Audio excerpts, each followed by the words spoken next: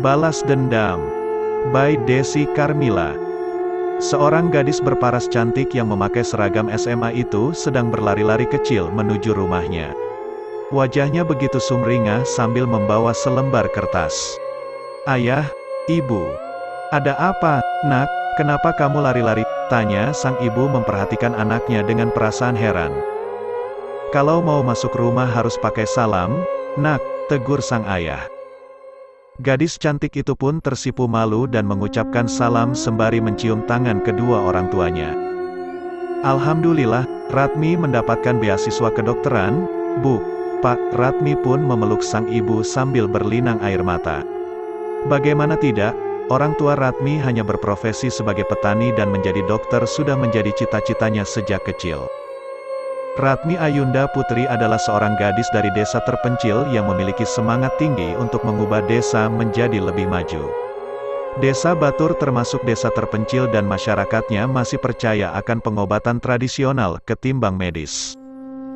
Di desa Batur, rata-rata gadis di desa ini memang tidak memiliki pendidikan yang tinggi, karena kebanyakan gadis menikah di usia muda. Namun, Ratmi berbeda dengan kebanyakan gadis lain. Tekad ia mengubah pemikiran masyarakat sangat mulia. Tinggal beberapa hari lagi Ratmi akan pergi ke kota untuk menggapai mimpinya. Namun, tiba-tiba tetua adat mendatangi rumah Ratmi dan berniat melamarnya untuk cucu semata wayangnya. Orang tua Ratmi tidak dapat berkata apa-apa karena semua orang kampung tahu bahwa Samsul bukanlah pria baik-baik, meskipun ia seorang cucu dari tetua adat yang sangat disegani. Melihat kedua orang tuanya hanya terdiam, akhirnya Ratmi memutuskan untuk angkat bicara. Menarik napas panjang agar menenangkan dirinya yang sudah gugup sedari tadi. "Maaf, Opus. Sepertinya Ratmi tidak bisa menerima lamaran Mas Samsul, karena Ratmi akan melanjutkan pendidikan di kota," ucap Ratmi tanpa berani melihat wajah sang tetua adat yang memperhatikannya dengan saksama. Opus adalah panggilan bagi tetua adat di desa ini. "Bagaimana denganmu, Wardi?" tanyanya pada ayah Ratmi. Wardi perlahan memperhatikan anaknya dengan raut wajah bingung. Bagaimana tidak, tetua adat termasuk orang yang keras dan akan melakukan apapun demi mendapatkan yang ia inginkan. Di desa Batur, terdapat dua kubu yang berbeda keyakinan. Wardi dan keluarganya termasuk dalam kategori yang religius terhadap agama, sedangkan kubu tetua adat lebih percaya akan leluhur yang sudah lama meninggal. Namun, mereka tidak pernah memperdebatkan itu. Semua masyarakat hidup berdampingan dengan rukun. Masyarakat yang percaya akan kekuatan leluhur lebih banyak ketimbang mereka yang memegang teguh agama. Hal itu juga yang membuat Ratmi dan keluarganya tidak menerima pinangan Samsul. Perlahan Wardi memberikan penjelasan bahwa mereka tidak dapat menerima lamaran beliau. Seketika sang tetua adat langsung murka dan merendahkan mereka. "Berani-beraninya kalian menolak pinangan cucu saya. Lihat apa yang akan terjadi pada kalian. Saya akan minta bantuan para leluhur untuk membuat hidup kalian sengsara." Wardi dan keluarganya hanya diam melihat kemarahan sang tetua adat. Dengan perasaan marah dia pergi meninggalkan rumah Ratmi dan masih menyiratkan sumpah serapah kepada keluarga Ratmi. Sepanjang perjalanan, sang tetua adat yang bernama Jarwo itu terus memaki penolakan keluarga Ratmi. Semua warga yang mendengar ocehannya pun keluar rumah dan mempertanyakan mengapa Jarwo terus marah-marah. Setelah menjelaskan, kini keluarga Ratmi menjadi bahan omongan bagi semua masyarakat karena berani menolak pinangan Samsul. Ketika tiba di rumah, Samsul sudah menunggu kedatangan sang kakek dan berharap mendapatkan jawaban yang ia inginkan. Namun, semua harapannya hancur seketika saat sang kakek berkata bahwa Ratmi menolak lamarannya. "Berani-beraninya dia menolakku," teriak Samsul mengeraskan rahangnya. "Kamu tenang saja, kakek akan berdoa pada para leluhur untuk menghukum mereka," ujar Jarwo menenangkan sang cucu. Namun, Samsul tidak tinggal diam. Ia akan mendapatkan Ratmi dengan cara apapun.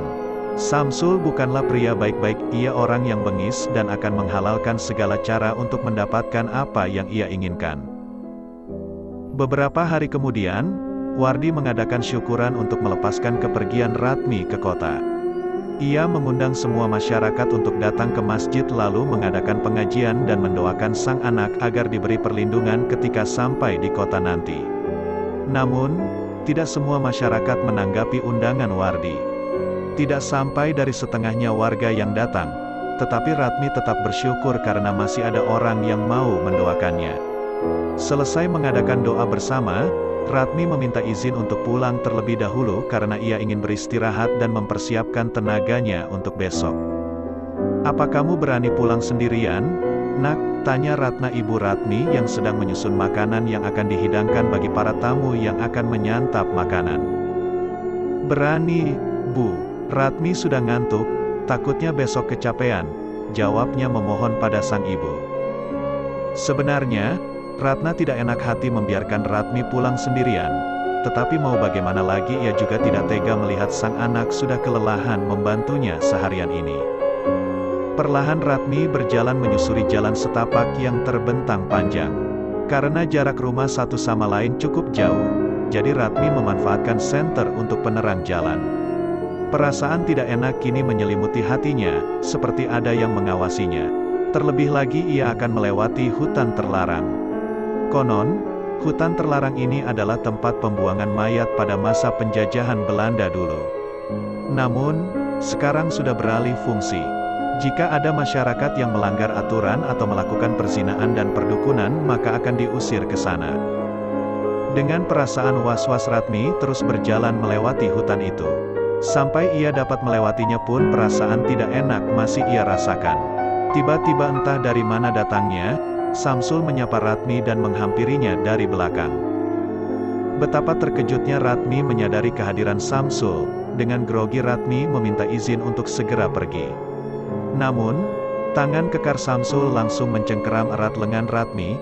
Ia pun meringis kesakitan dan memohon agar dilepaskan. "Akan ku lepaskan jika kamu ingin menikah denganku." Tatapan Samsul yang tajam seakan melunturkan seluruh keberanian dari seorang Ratmi. Perasaan takut kini mendominasi dirinya. Maaf, Mas. Ratmi tidak bisa karena harus melanjutkan pendidikan ke kota," jawab Ratmi terbata-bata karena ia sangat ketakutan. Samsul yang mendengar penolakan Ratmi secara langsung membuatnya semakin tertantang ingin memiliki Ratmi. Selama ini tidak ada yang berani menolak cintanya. Samsul pun secara brutal menarik Ratmi menuju hutan terlarang. Menarik jilbab yang dikenakan Ratmi, kemudian memaksa Ratmi melepaskan pakaiannya. Ratmi hanya bisa berontak sekuat tenaga, mulutnya keluh untuk teriak. Air matanya terus membanjiri pipi mulusnya. Karena Ratmi tidak mengindahkan permintaan Samsul, ia pun mendorong Ratmi sampai terjungkal ke tanah dan mulai melepaskan pakaian Ratmi satu persatu. Suasana gelap semakin membuat nafsu Samsul semakin bergejolak.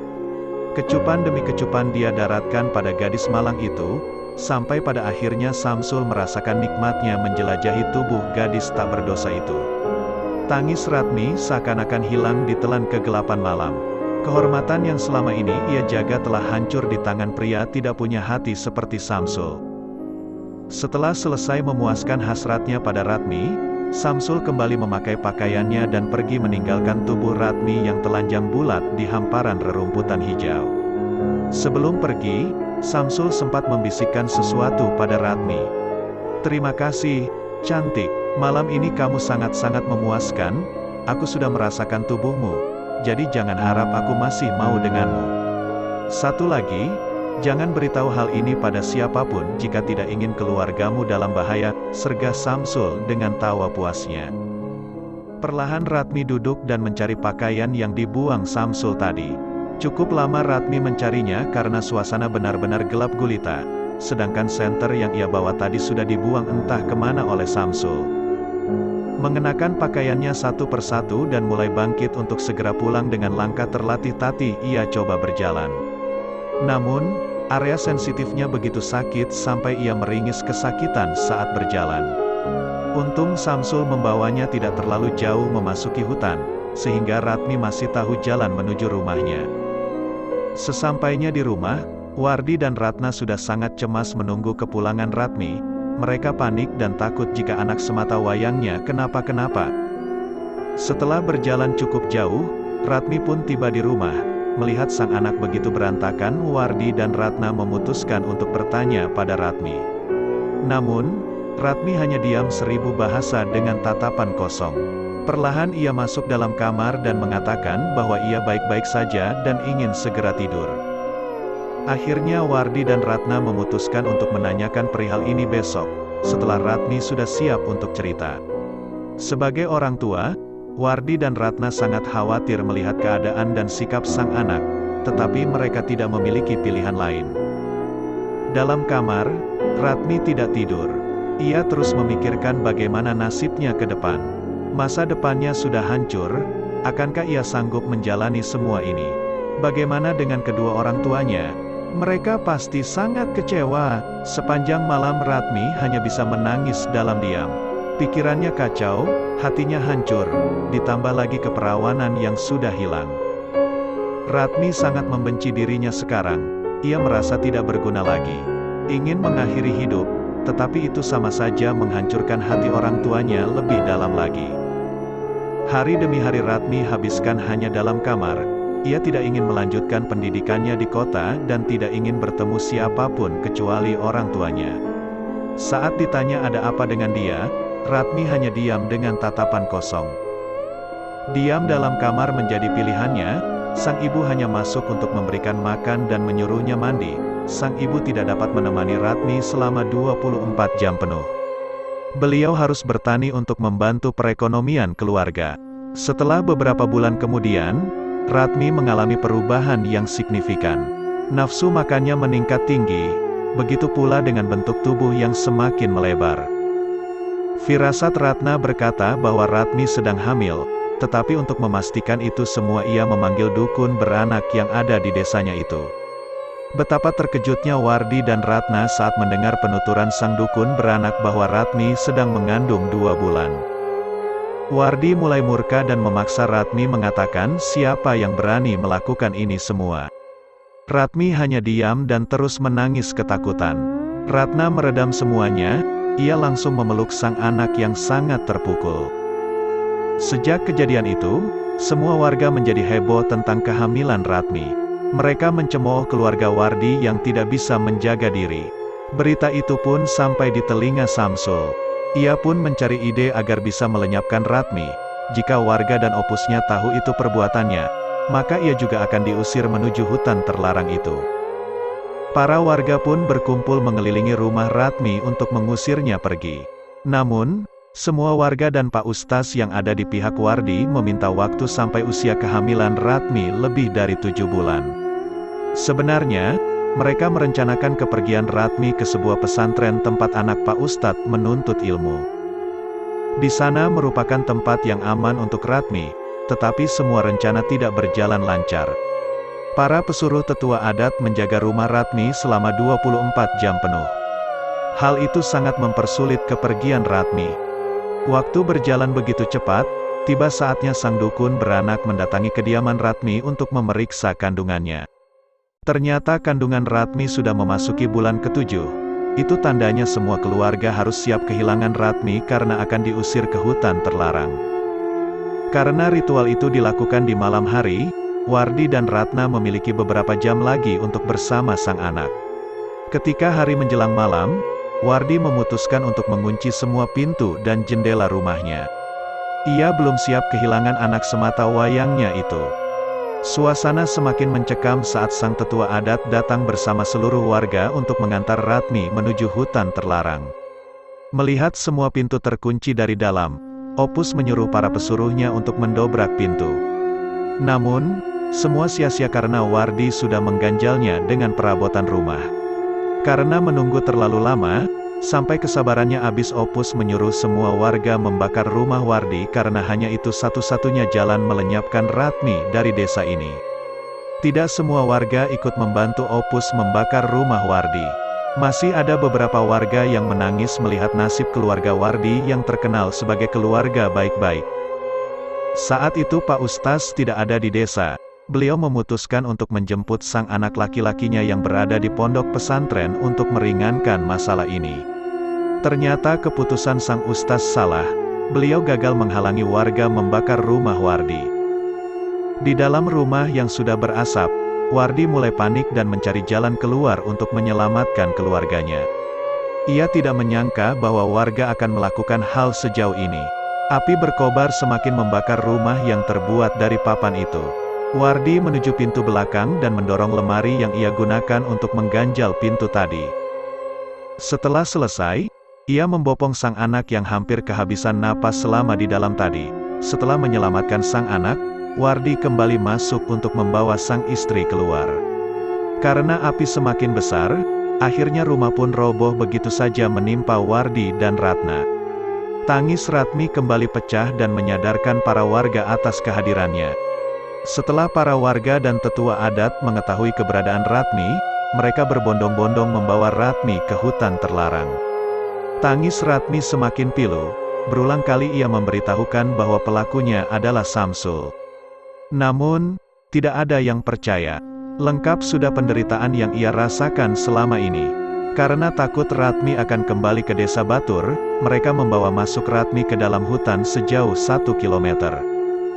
Kekuatan Ratmi perlahan habis setelah melakukan perjalanan sejauh ini.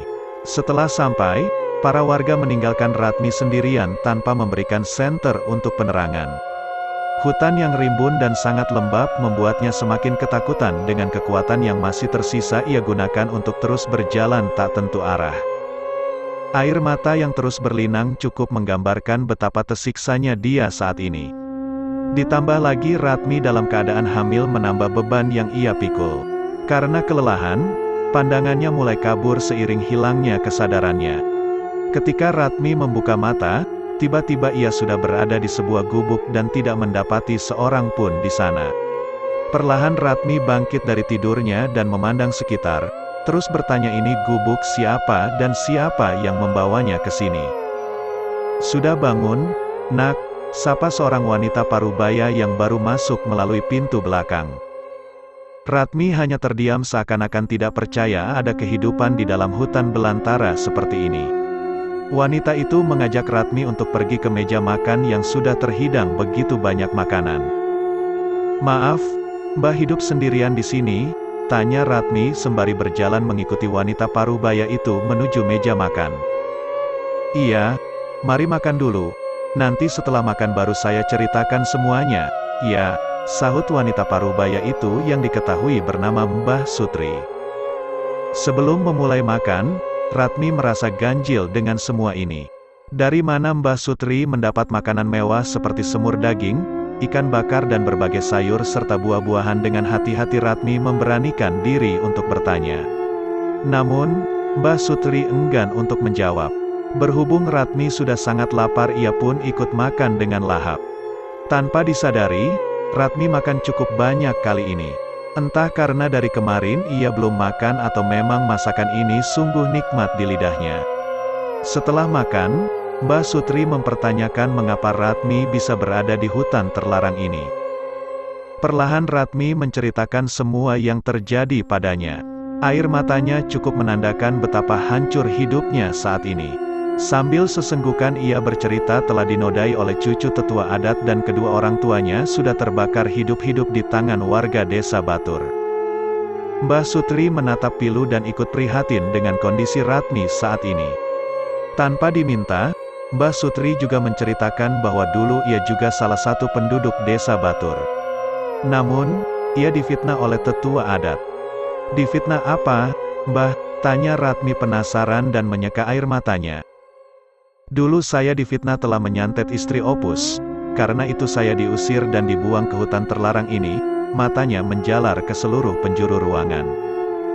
Kenapa bisa begitu, Mbah? Tanyanya lagi. Sebenarnya, istri Opus meninggal itu karena ia jadikan tumbal agar mendapatkan kekayaan. Jelas Mbah Sutri pada Ratmi yang terperangah mendengarnya. Apa kamu mau balas dendam kepada warga desa Batur terutama pada Opus dan cucunya? Tanya Mbah Sutri menajamkan tatapannya. Ratmi seketika terkejut dengan penuturan Mbah Sutri yang tak pernah terpikirkan olehnya. Senyum simpul terukir di wajahnya dan perlahan menggelengkan kepala. Walaupun Ratmi sudah sangat sakit hati, tetapi tidak pernah terbersit dalam benaknya untuk balas dendam. Mbah Sutri terus membujuknya agar Ratmi mau balas dendam. Bukan hanya membujuk, seakan-akan kini Mbah Sutri cenderung memaksa Ratmi. Merasa tidak nyaman, Ratmi memutuskan untuk pamit dan segera pergi dari tempat itu. Sebelum pergi, Mbah Sutri memberikan sebuah kalung yang ia katakan sebagai jimat penjaga bagi Ratmi. Awalnya Ratmi enggan memakainya, tetapi sebagai tanda terima kasih atas kebaikan Mbah Sutri, ia putuskan segera mengenakannya. Ketika kalung itu terpasang di leher jenjangnya, seketika kesadaran Ratmi hilang. Pandangannya kosong dan terpaku seperti orang linglung. Gubuk tua tadi pun tiba-tiba berubah menjadi gua yang lembab dan pengap. Mbah Sutri perlahan menggandeng tangan Ratmi dan menyuruhnya berbaring di sebuah batu besar. "Terima kasih, Tuan. Akhirnya saya bisa menuntut balas," ujar Mbah Sutri yang sungkem di bawah sosok makhluk gaib berbadan besar dan merah. Taringnya yang tajam membuat semakin ngeri. "Cepat lakukan ritualnya," perintah sosok itu dengan air liur menetes menyusuri taring tajamnya. Mbah Sutri langsung mengambil sebuah belati dan membelah perut Ratmi secara perlahan. Tanpa berontak, Ratmi memejamkan matanya dan darah segar mulai berceceran. Perlahan Mbah Sutri melepaskan sang bayi dari selaput yang melindunginya. Setelah selesai, Mbah Sutri langsung memberikannya kepada sosok gaib tadi. Sosok itu sangat senang dan mengambil bayi malang itu lalu menghisap ubun-ubunnya. Tidak hanya sampai di situ, perlahan bayi itu ia lumat bulat-bulat sampai tak tersisa sedikit pun. Sosok itu tertawa puas dan menghilang seketika. Mbah Sutri lalu memulai ritual menyatukan raganya bersama Ratmi dan kini raga mereka sudah menyatu. Jika tampak dari luar memang tubuh Ratmi, tetapi tidak dengan yang berada di dalamnya. "Dendamku akan segera terbalas, Jarwo," teriaknya menggenggam kedua tangannya. Setelah kepergian Ratmi dari desa Batur, semua warganya hidup seperti sedia kala. Pak Ustaz yang sudah pulang pun mengajak beberapa warga membersihkan puing-puing akibat kebakaran di rumah Ratmi dan mengubur kedua mayat dengan layak. "Pak, bagaimana keadaan Ratmi sekarang?" "Ya," tanya Fahri anak Pak Ustaz. "Entahlah, Nak, semoga dia baik-baik saja," jawab sang ayah. "Bagaimana kalau kita cari Ratmi ke hutan terlarang itu, Pak?" "Perasaanku nggak enak," usul Fahri yang digelengkan oleh ayahnya. "Ayah tahu kalau kamu punya perasaan pada Ratmi, tapi kalau kita mencarinya yang ada Opus akan berkuasa saat kita pergi, mungkin akan lebih parah dari ini. Ingat, masih ada orang yang membutuhkan Bapak di sini untuk mengingatkan mereka." Fahri hanya bisa diam mendengar ucapan sang ayah. Memang benar kalau Fahri memiliki perasaan yang lebih pada Ratmi. Itu pula alasannya pergi mondok setelah menyelesaikan sekolah menengah pertamanya. Ia ingin memiliki hubungan yang serius dengan Ratmi dan ingin membimbing Ratmi suatu saat nanti. Namun, semua tinggal hayalan. Suasana malam ini terasa sangat dingin. Samsul tinggal sendirian di rumah. Opus sedang pergi keluar entah kemana. Ia memang tinggal berdua bersama sang kakek karena kedua orang tuanya sudah meninggal sejak ia masih kecil. Kini Samsul sedang berbaring di atas kursi panjang yang berbeda di teras rumah. Tiba-tiba terdengar suara wanita menangis di balik semak-semak. Karena penasaran, Samsul mencoba mencari asal suara. Ketika tiba, ia melihat seorang wanita memakai pakaian putih yang sedang membelakanginya. "Kamu, siapa?" tanyanya penasaran. Perlahan wanita itu membalikkan badannya, menatap tajam ke arah Samsul. Rambut yang acak-acakan dan darah segar terus mengalir membasahi bajunya membuat Samsul terkejut dan berlari memasuki rumah dengan napas terengah-engah. Ia mencoba mengunci pintu dan bersandar memegang jantungnya yang terus berdetak kencang. Dia masih tak percaya bahwa Ratmi akan menjadi kuntilanak seperti ini. Mencoba mengatur ritme napasnya dan memejamkan mata berharap ini hanya mimpi. Samsul pun terduduk di balik pintu.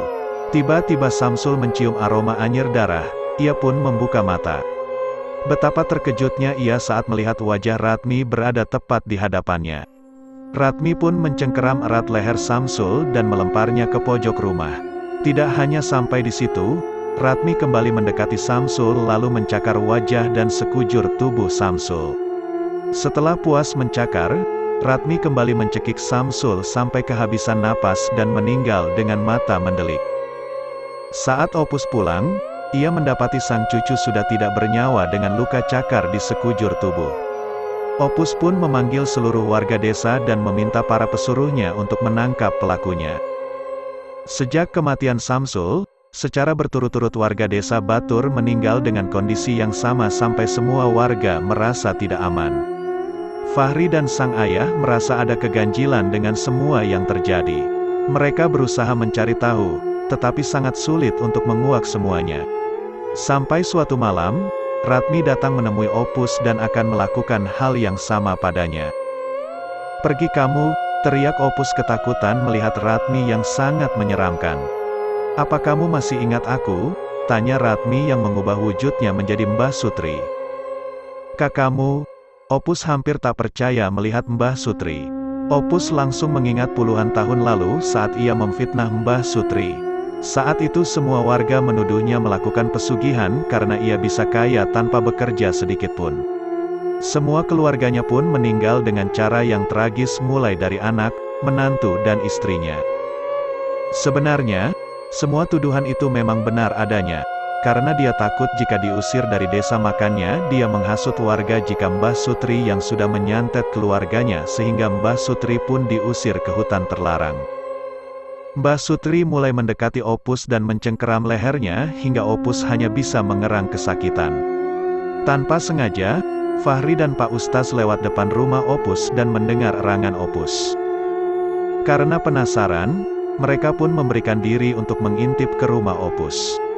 Mereka melihat tangan seorang wanita sedang mencengkeram leher Opus dan mengangkatnya ke atas. Fahri langsung mendobrak pintu dan masuk untuk menangkap makhluk itu. Wanita itu masih menghadap belakang, mendengar ada Fahri. Dia pun langsung melepaskan cengkeramannya dan menghilang seketika. Pak Ustaz langsung menolong Opus, sedangkan Fahri memilih keluar rumah dan mencari keberadaan wanita itu. Setelah cukup lama berputar-putar, akhirnya Fahri menemukannya di balik pohon mangga belakang rumah Opus. Perlahan ia mendekati dan bertanya siapa dia sebenarnya. Perlahan wanita itu membalikkan tubuhnya dan membuat Fahri sangat terkejut. "Ratmi." Ratmi hanya diam menatap tajam ke arah Fahri seakan-akan ingin mencengkeramnya juga. Namun, berulang kali hal itu dilakukan tetap tidak bisa.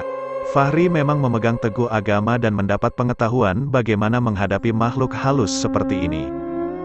"Ini akurat, Fahri. Bagaimana bisa lupa denganku?" tanya Fahri mencoba menyadarkan Ratmi yang masih termenung menatapnya. Entah apa yang terjadi, tiba-tiba wajahnya berubah menjadi sangat sendu. "Bantu Ratmi, Mas." Ratmi tidak mau seperti ini. Ratmi hanya dimanfaatkan saja, ucap Ratmi. Tiba-tiba seperti ada yang masuk kembali dalam tubuhnya dan ia kembali tertunduk. Perlahan wujud Ratmi kembali menjadi Mbah Sutri. Fahri pun mulai membaca doa yang sudah pernah diajarkan oleh gurunya selama di pondok pesantren. Tidak mudah melenyapkan Mbah Sutri, sampai beberapa kali Fahri terpental dari tempatnya. Namun, sang ayah datang dan menggabungkan kekuatan untuk menghadapi Mbah Sutri. Saat mereka membaca ayat kursi bersama-sama, Mbah Sutri merasa kepanasan dan kesakitan yang luar biasa. "Allahu Akbar," teriak mereka berbarengan dan seketika Mbah Sutri terbakar lalu menghilang. "Alhamdulillah, kita berhasil, Pak. Sekarang tugas kita adalah mencari jasad Ratmi dan memakamkan dengan layak," ucap Fahri masih terasa sakit di bagian dadanya karena terpental tadi. "Ya sudah, sekarang kita lihat kondisi Opus dulu, ya. Tadi Bapak sudah minta tolong beberapa warga untuk menjaga Opus." Mereka pun mulai berdiri dan berjalan memasuki rumah Opus yang sudah terlihat beberapa orang di dalamnya. Saat melihat kondisi Opus, ternyata beliau sudah meninggal dunia. Beberapa orang di sana sedang menangis. Keesokan harinya, sebagian warga memakamkan jenazah Opus menurut kepercayaan mereka. Sebagian lainnya mencari jasad Ratmi di dalam hutan terlarang. Tidak mudah mencari di dalam hutan yang sangat lebat. Karena mereka tidak putus asa, akhirnya mereka menemukan sebuah gua. Mereka mulai memasuki gua yang lembab dan pengap. Terus memasuki ke dalamnya dan menemukan jasad Ratmi yang terbaring di atas batu. Bukan hanya Ratmi, Mereka juga menemukan kerangka manusia yang memakai baju wanita. Menurut mereka, itu adalah kerangka Mbah Sutri yang sudah meninggal lama. Mereka pun membawa jasad kedua mayat dengan tandu yang telah mereka persiapkan sebelumnya. Karena mereka hanya membawa satu tandu, akhirnya jasad itu harus ditumpuk menjadi satu dan membawanya pulang. Sejak kejadian itu, semua warga desa Batur memeluk Islam dan mereka hidup seperti sedia kala bahkan menjadi lebih baik. Mulai saat itu pula aturan mengusir orang yang bersalah ke hutan terlarang dihapuskan. Jangan menyimpan dendam dalam hati, seburuk apapun kejahatan orang pada kita tetaplah berlaku baik padanya. Karena yang berhak menghakimi seseorang itu hanya Allah yang Maha Esa. Membenci akan membuat hati semakin sakit. Tetapi jika seseorang ikhlas menerima dan memaafkan, maka kebahagiaan yang akan menghampiri. Jika kita sulit memaafkan seseorang, maka ingatlah bagaimana jika Allah tidak memaafkan kesalahan kita. Aceh, tanggal 20 September tahun 2020.